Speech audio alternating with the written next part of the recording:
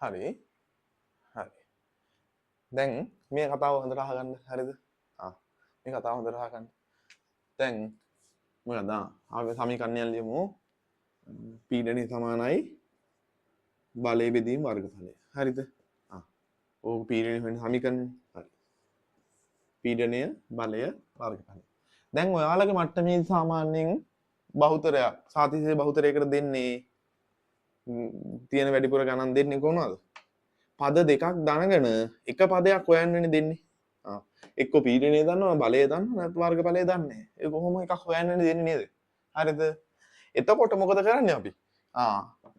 මේ දැන් අපිට ඒනේ හොයාගන්න ඕනේ නැති වර්ගඵලෙනේ හොයාගන්න ඕනේ නැති. දැන් එතකොට ඒ තනි කරගෙන p මෙතෙන්ට ගෙනාව නම් අපිට ඔක හොයාගන්න පුළුවන් නේ. හරිද? දැන් සරල දෙයක්නේ කරේ. හරිද? දැන් මේ වගේ එව්වා සාමාන්‍යයෙන් කටපාඩම් කරන්න ඕනේද? දැන් මේ වගේ ඒවා කටපාඩම් කරන්න ඕනේද? නෑ කටපාඩම් කරන්න ඕනේ නෑ. හරිද? මේ සමීකරණේ දන්නවා ප්‍රධාන සමීකරණේ දන්නවා. ඕකෙන් අපි ඇඩ්ජස්ට් කරගන්න ඕනේ නෑනේ අපිට දීලා අහන දත්තේ. දීලා තියෙන දත්ත වලටයි අහන උත්තරේ අනුව නේද? එතකොට අපි පොඩ්ඩක් හිතන්න ඕනේ මේක කොහොමද කරන්නේ? මේක කොහොමද අපි තනි කරගන්නේ? අපි හිතනවනේ පොඩ්ඩක් නේ ඔළුව පාවිච්චි කරලා. දැන් අපි හිතමු මේකේ පීඩනයයි වර්ගඵලයයි දෙනවා. බලය දන්නේ නැහැ. හරිද? දැන් ඕකේ අපි කල්පනා කරනවා මොනවද යකෝ දන්නේ නැත්තේ මේකේ. පීඩනය දන්නවා. වර්ගඵලය දන්නවා. දැන් දන්නේ නැත්තේ බලය. බලය දන්නේ. දැන් කල්පනා කරනවා කොහොමද මම බලය හොයාගන්නේ? මං කටපාඩම් කරොත් එහෙම හරිද? දැන් මේ ළමයි කරන වැරද්දක් හරිද මම මේ කියන්නේ. දැන් ළමයි කටපාඩම් කරලා දැන් උඩ ගාන මන් දුන්නේ කොහමද? වර්ගඵලය හොයාගන්නනේ. වර්ගඵලය මෙතනට ගෙනිහිල්ලා බලය මෙතනට ගෙනාවනේ. හරිද? තනි කරගත්ත විදිය. දැන් ඔය ගණිත කර්මයන්නේ කරේ. දැන් ළමයි ඕක පාඩම් කරලා මොකද කරන්නේ? මේ දෙක මාරු කරලා බලනවා. හරිද? මේ දෙක මාරු කරලා f සමානයි p බෙදීමේ කියලා ලියා ගන්නවා. කටපාඩම් කරපු හින්දා හරිද? කටපාඩම් කරපු ළමයි එහෙම කරන්නේ නැහැ. මේ කටපාඩම් කරලා හරිද? දැන් අපිට බලන්න මේක සම්පූර්ණයෙන් වැරදිනේ. හරිද? අපිට f තනි කරගන්න නම් මේ a මෙතනට යව ගත්තා නම් නිකම්ම f තනියනවනේ. දැන් ඕවා කටපාඩම් කරන්න ඕනේද? නෑනේ. ප්‍රධාන සමීකරණේ දන්නවා නම් ඊට අදාළ ගණිත කර්ම ටිකත් ඔයාලා දන්නවා නම් ගණිතේදී අපිට මේක හදාගන්න පුළුවන් නේද පොඩ්ඩක් හිතුවනම්. හරිද? ඕන්න ඔය හිතීම හදාගන්න ඕනේ. හරිද? හැම ළමයෙක්ම හිතීම හදාගන්න ඕනේ. ඒ කියන්නේ අපි දැන් මොනවා හරි ගානක් හදනවා නම් අපි ඊළඟ ස්ටෙප් එක ගානේ අපි ඔළුවෙන් හිතන්න ඕනේ. හරිද? ඔය හිතන එක දැන් ඉන්න ළමයින්ගේ සෑහෙන අඩුයි. මන් දන්නේ ඇයි කියලා. සාමාන්‍යයෙන් දැන් ඔය TikTok අනම්මනම් දැන් ඔය කොරෝනා වලින් පස්සේම ගොඩක් TikTok අනම්මනම් YouTube short ඕවා ප්‍රචලිත වුණානේ. හරිද? දැන් සාමාන්‍යයෙන් මේ වගේ ඕල බලපෑමකුත් ඇති. හරිද? අර අලුතෙන් හිතන එක දැන් ඉන්න ළමයින්ගේ ගොඩාක් අඩුයි. හරිද? දැන් ඉන්න ළමයින්ගේ ගොඩක් අඩුයි. දැන් අපි වගේ සෙට් එකක් එහෙම මේ කාලේ හිටියනම් අර නිව්ටන්ගේ කාලේ එහෙම හිටියනම් කවදාවත් නිව්ටන් නියම එහෙම හම්බෙනවද? හරිද? ගුරුත්වාකර්ෂණය කියන එක එහෙම හොයාගන්නවද? නෑ. දැන් නිව්ටන් කියන විද්‍යාඥයා මොකද කරේ? පොතක් බල බලද කොහෙද හිටියේ ඇපල් ගහක් යට වෙලා. මොකද කරේ? ඇපල් ගෙඩියක් ඔලුවට වැන්නා. ඔන්න ඔතනින් වෙනස් වෙන්න ගත්තේ. පොර හිතන්න ගත්තා. ඇයි මේක මගේ ඔලුවටම වැටුනේ? හරිද? මේක ගහෙන් ගිලියලා හරහට යන්න තිබුණානේ. මේක උඩට යන්න තිබුණානේ. කියලා ඔහොම හිතුවනේ. හරිද? ඔහොම හිතලා අන්තිමේදී එයාሄන කියන්නේ එක දවසින්ද? එක දවසක් නෙවෙයි.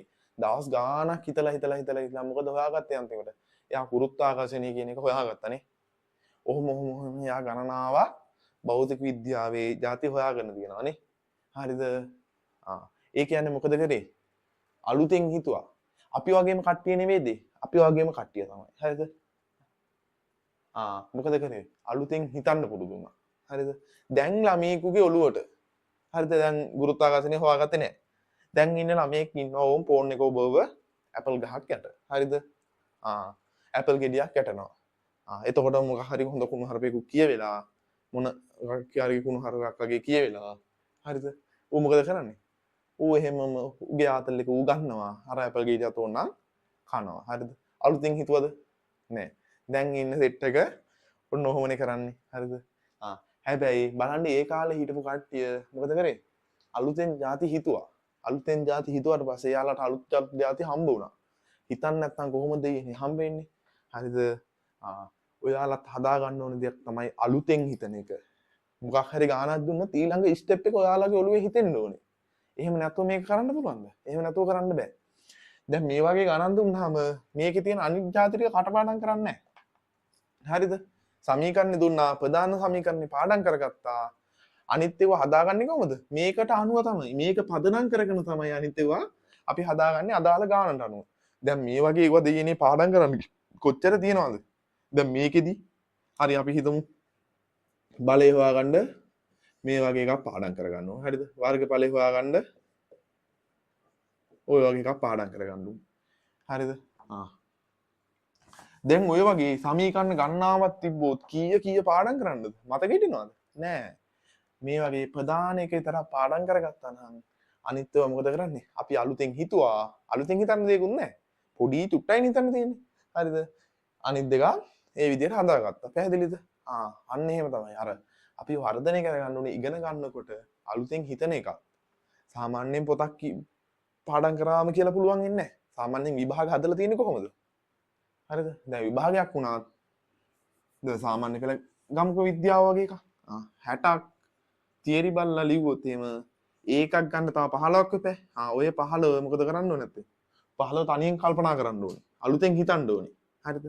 දැන් A level වලට වගේ ගියාම එහෙම 50ටත් අඩුයි. 150ටත් අඩුයි. 40ක් කියමුකෝ. මේ 40 තියරි වලින් ගන්න පුළුවන්. ඉතුරු ටික ගන්න මොකද වෙන්නේ? අලුතෙන් හිතන්න ඕනේ. නිර්මාණාත්මක හැකියාව තියෙන්න ඕනේ. නේ? ඕව වර්ධනය කරගන්න ඔයාලා හදා ගන්න ඕනේ එකක් තමයි ගණන් කියන එක. maths.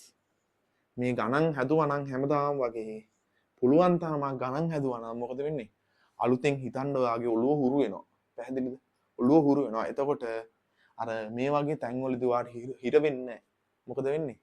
දන්නවා ඊළඟ ස්ටෙප් එකේදී මොකද්ද කරන්න ඕනේ කියලා. නේ? ඊළඟ ස්ටෙප් එකේදී මොකද්ද කරන්න ඕනේ කියලා දන්නවා.